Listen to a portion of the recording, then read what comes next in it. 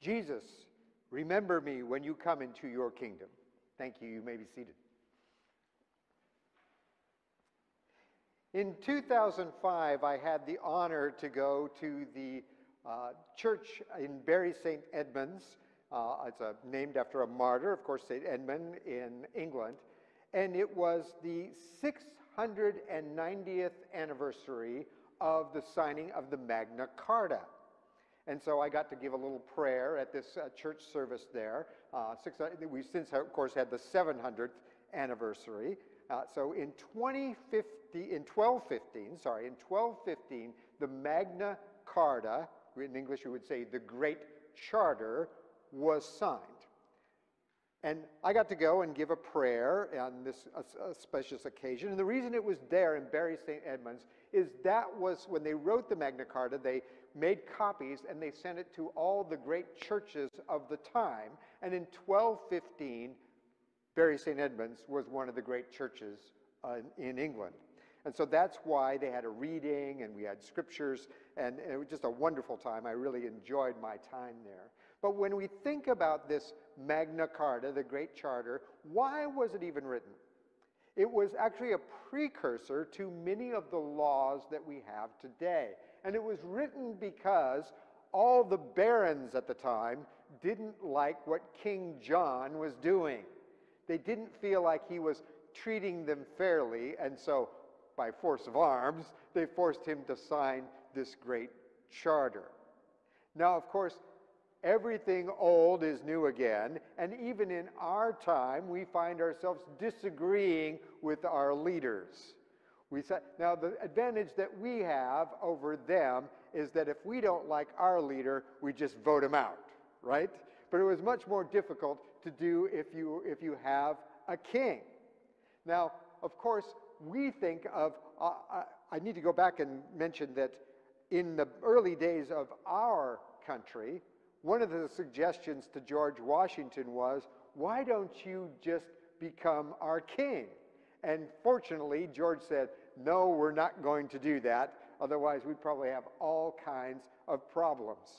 But if we think about this, there's always been times when there have been kings and rulers who didn't do what they were supposed to do. We can look at this in the book of Jeremiah this morning, which was our first reading. Woe to the shepherds who did destroy and scatter the sheep of my pasture. The shepherds. Now, they're not talking about actual shepherds shepherding sheep. Shepherds are leaders.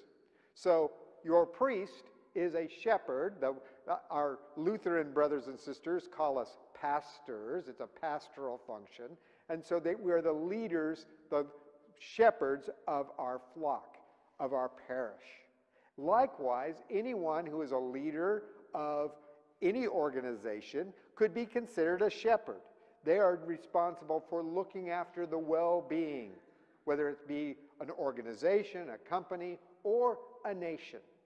So a president is required to shepherd the people. A king is required to shepherd the people. And it just so happens that shepherd was the chosen metaphor for that. And of course, that comes down to us in Jesus, the good shepherd, for example, in John chapter 10.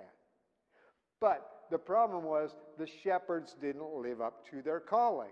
What were they supposed to do? Let's think about this in terms of the American experience. So every person, from the president on down to the lowliest private in the military, raises their hand and takes the oath of office.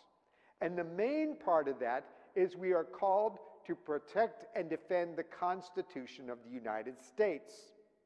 And that means doing the things that it tells us to do. But it's really summarized in the preamble to the Constitution, which talks about forming a more perfect union and providing for the common defense, for securing the blessings of liberty to us and to our posterity, and to provide for the general welfare. In other words, general welfare sounds like shepherding, right? Taking care of the people, doing what needs to be done so that they can live and thrive and prosper. Well, just as today, we sometimes think our leaders aren't doing a good job of it. And so we say, out with them. Time to vote in new leaders. Fortunately, every 4 to 8 years, we get an opportunity to, with term limits, to say, enough of that one, let's have a new one.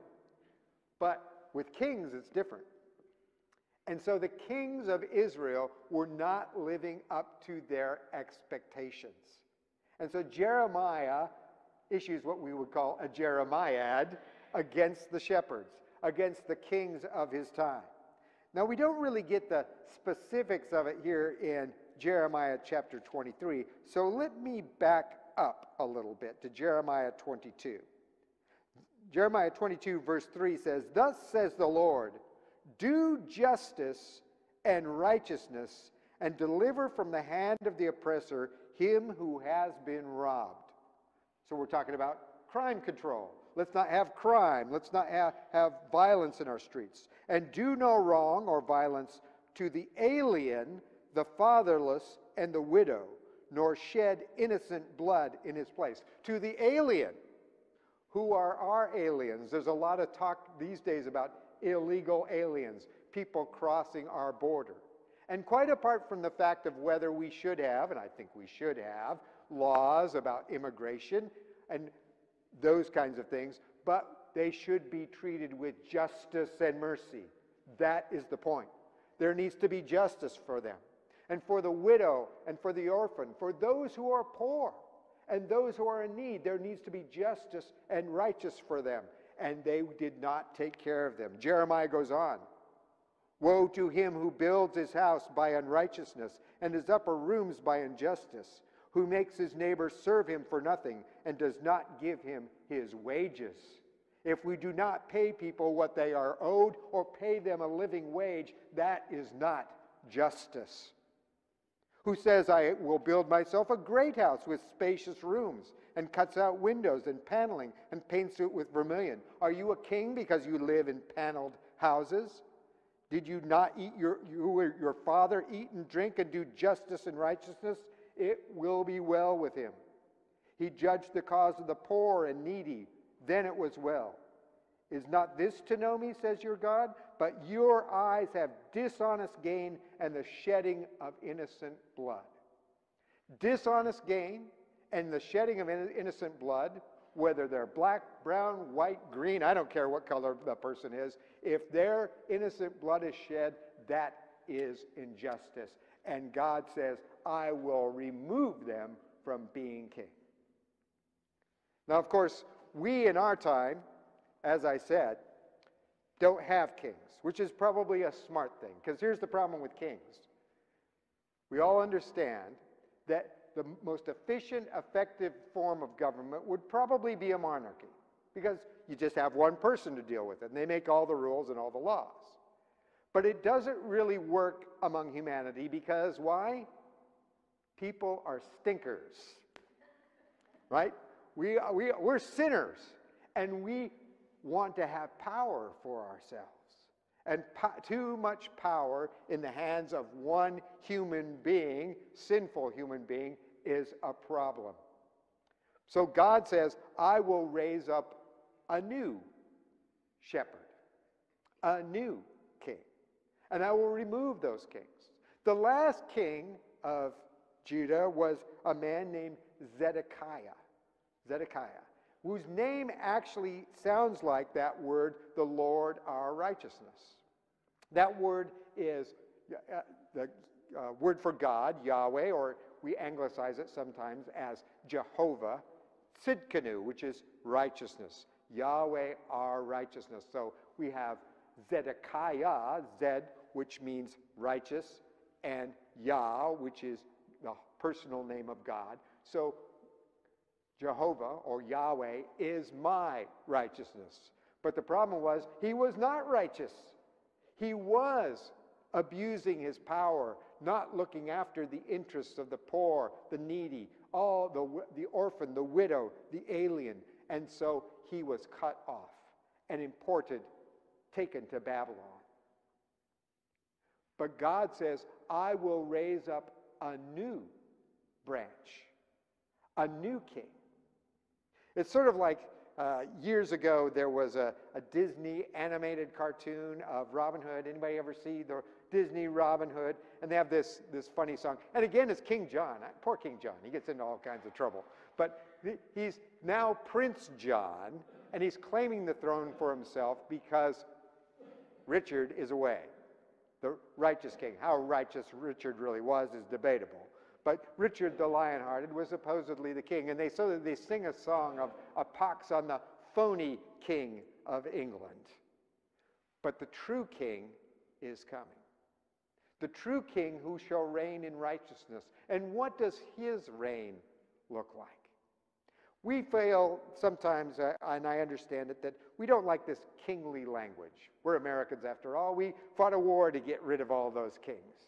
So instead, we want a different sort of language. But I think when it comes to Jesus, it is the right language. For he is the righteous one. That the Lord, our righteousness, is his name. And that word, Zedek, can mean so many things. Beyond righteousness, it also means the idea of faithfulness and salvation and holiness and purity.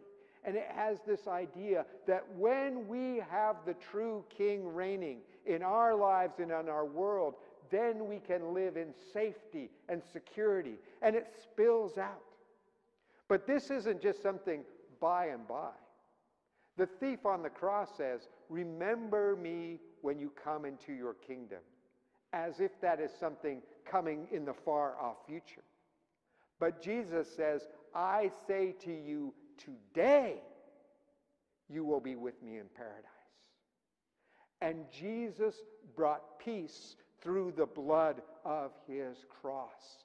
And he raised up his kingdom. He came among us. The Son of Man came not to be served, but to serve and to give himself as a ransom for many. And in his death, he came as a servant. But when he was raised up, God has exalted him to the highest place and has given him the name that is above all names, so that at the name of Jesus Christ, every knee shall bow and every tongue confess that Jesus Christ is Lord, to the glory of God the Father. And this king, this righteous king, is the one who must rule and reign in our hearts. Because the reality is, all of us want to grab for power. Go back to our first parents, Adam and Eve. They grasped after the tree of the knowledge of good and evil. They grasped for themselves that they might be like God and take the place of God. And so we all became usurpers of the rightly kingship of God. So we must also recognize that we are thieves. We, like those thieves on the cross, are thieves for trying to rob God of what is rightfully only God's and only Christ's. So that we must give ourselves and say, "Remember me, Jesus. Remember me when you come into your kingdom." And his kingdom is now and forevermore. And so let us, on this Christ the King Sunday, honor God not only with our lips, but in our lives, recognizing that the one who bore the scars on the tree is the one who is enthroned in majesty, the righteous one who calls us to live in righteousness and to bring God's kingdom out into the world. This is your God, the servant king. He calls you now to follow him, to give your lives as a daily offering of service to Jesus, the servant